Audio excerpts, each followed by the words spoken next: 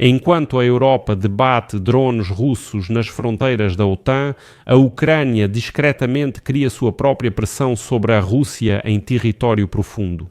Hoje, chegaram duas histórias de grande repercussão. A primeira, no Extremo Oriente, explosões na região de Artyom, perto de Vladivostok, sobre as quais informou a Direção Principal de Inteligência Ucraniana no sudeste da Rússia. Este é o segundo episódio, ataque à refinaria de petróleo de Saratov, incêndios. Os resultados ainda são esclarecidos, mas o fato já foi confirmado pelo Estado-Maior das Forças Armadas da Ucrânia. E isso não é apenas uma questão de geografia de Vladivostok ao Volga, são duas lógicas diferentes. Operações do serviço secreto da Ucrânia em uma área que Moscou considerava inacessível e um efeito sistêmico de pressão sobre o petróleo, afetando a exportação e o orçamento da Federação Russa. Vamos acrescentar aqui a avaliação da fonte de que a série de ataques já está forçando o petróleo russo a reduzir o ritmo e os traders internacionais praticamente eliminaram completamente os barris de petróleo russos negociados em dólares. No fim, Kiev constrói um esgotamento estratégico, tijolo por tijolo, mais eficaz que qualquer sanção ocidental. Por isso, neste episódio, vamos discutir esse tema de forma abrangente. Não apenas 2 episódios de ataques das forças de defesa da Ucrânia no território da Rússia, mas como isso afeta de maneira complexa a economia e a máquina militar do Kremlin. Meu nome é Alexei Petty. E antes de começarmos, quero lembrar que neste canal do YouTube, todos os dias são publicados vários vídeos de notícias para que você fique por dentro de absolutamente todas as novidades. Por isso, recomendo que você se inscreva neste canal e peço que deixe um like neste vídeo. Vamos aos fatos. Primeiro, Primory. A inteligência ucraniana declarou oficialmente sobre explosões perto de Vladivostok, sem revelar detalhes sobre os executores e o alvo, mas anexando uma foto de uma cratera gigante e destacando que isso é resultado do trabalho das forças de defesa da Ucrânia, e não de algum tipo de incidente comum. Localização. É a região de Artyom, a algumas dezenas de quilômetros de Vladivostok. E para as pessoas que não conhecem bem o Extremo Oriente, esse é um ponto de transporte-chave, é a porta de entrada para as tropas militares, é o caminho de cargas para a frota do Pacífico e para a rede de aeródromos do exército russo.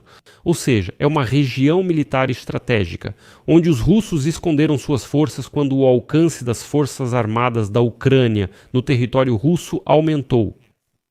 A declaração da Direção Principal de Inteligência do Ministério da Defesa da Ucrânia é curta, mas significativa. Os detalhes da operação serão divulgados após o término, indicando que ainda virão novidades. E aqui está essa frase importante. Porque esses episódios costumam acontecer em série, como foi com a Operação Teia de Aranha, ou com a série de ataques às refinarias de petróleo da Rússia. E aqui passamos para o segundo episódio. Saratov oficialmente soa assim. Na noite de 16 de setembro, unidades das Forças de Operações Especiais, em coordenação com outras forças das Forças Armadas da Ucrânia, realizaram um ataque à refinaria de petróleo de Saratov.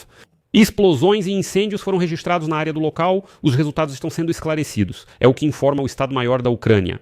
Bem, como vocês podem entender, uma refinaria de petróleo não é um alvo aleatório. É o sangue da logística russa e das receitas de exportação.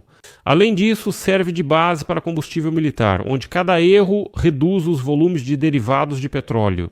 Isso representa mudanças nos esquemas de abastecimento do Distrito Militar Ocidental da Federação Russa e a desorganização dos cronogramas de envio de derivados de petróleo. Resumindo, as Forças Armadas da Ucrânia continuam ativamente a impor sanções contra a Federação Russa. Bem, enquanto nossos parceiros estão pensando. E o terceiro ponto é o contexto sistêmico.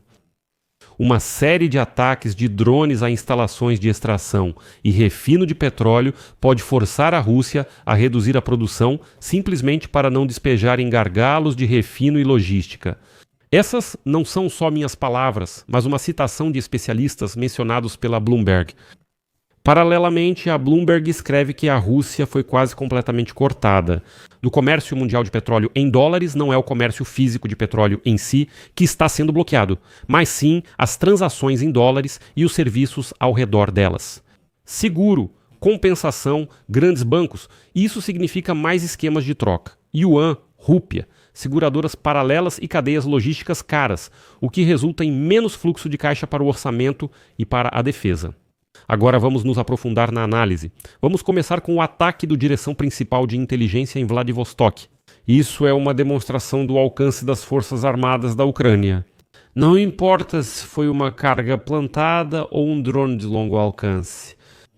Ou foi o trabalho de colaboradores locais.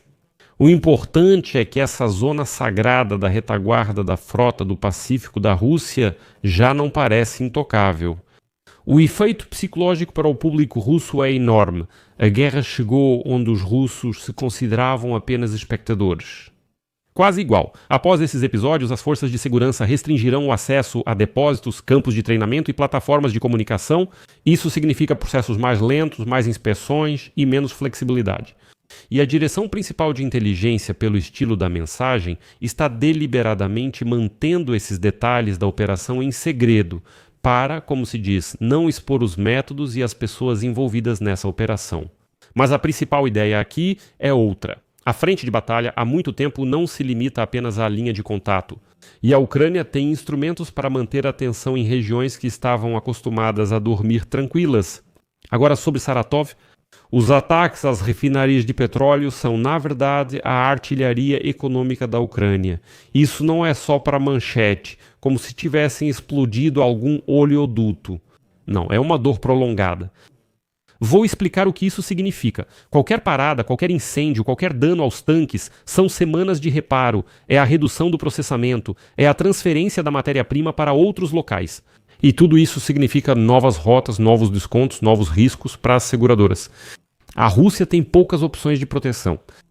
Nem todas as refinarias de petróleo podem ser protegidas por escudos de defesa aérea, especialmente as do interior. Drones e grupos de sabotagem já sabem contornar qualquer local comum. Paralelamente, cresce a tensão na logística de combustíveis. O mercado civil pressiona pelo preço e a linha de frente pela quantidade, ambos a longo prazo. Isso não destrói de imediato a máquina militar de Moscou, mas a torna mais cara e exigente financeiramente. E é aqui que tudo se encaixa com o que as fontes do setor estão escrevendo agora. Se o refino do petróleo está no prejuízo, é mais fácil reduzir a extração desse mesmo petróleo do que encher os depósitos e simplesmente fazer esse petróleo extra circular em círculos fechados. Porque eles pegam, digamos, do refinaria de Saratov agora, os resíduos de petróleo, e tentam transferir para outra refinaria. Enquanto eles transferem de outra forma, a refinaria também pode acabar sendo afetada. É preciso dar um destino para esse petróleo de novo, e no fim das contas isso é só um círculo vicioso. Agora vamos lembrar da saída quase completa do petróleo russo do comércio em dólar.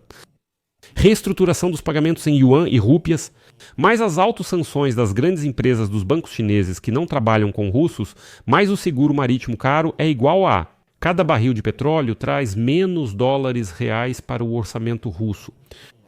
Nesse caso, os ataques às refinarias de petróleo não são apenas para queimar. É para cortar a renda e o dinheiro que são convertidos em mísseis e drones. Sabe, é como girar uma válvula, mas não em um cano, e sim no orçamento da Federação Russa. Outro aspecto dessa história é o informacional.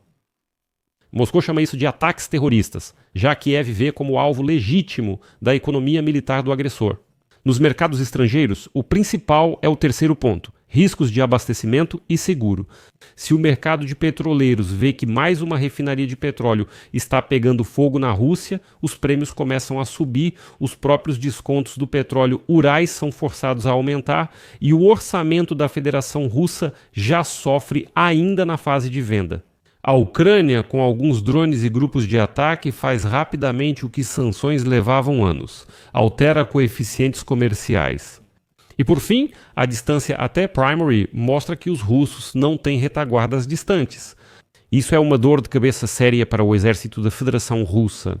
Manter o Oeste, o Sul e o Extremo Oriente em alerta, manter tudo isso em alerta é caro e difícil. Quanto mais pontos de tensão, mais buracos no recipiente. E este é exatamente o caso em que a assimetria funciona. A Ucrânia, infelizmente, não consegue competir em volume de fogo de artilharia nem em quantidade de força viva.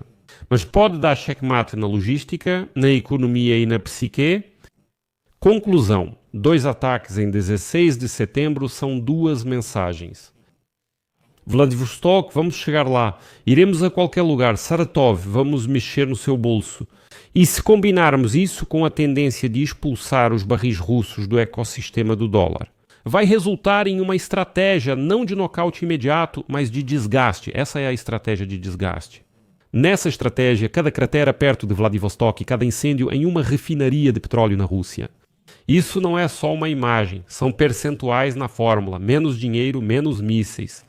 Bem, isso significa que essa artilharia econômica só vai aumentar. Essa artilharia é mais eficaz que qualquer sanção ocidental. Vou colocar reticências aqui. Sua opinião, suas conclusões, escreva nos comentários abaixo deste episódio, inscreva-se no canal, ative o sininho e não se esqueça de deixar o like. Por hoje é só. Se cuidem. Tchau a todos.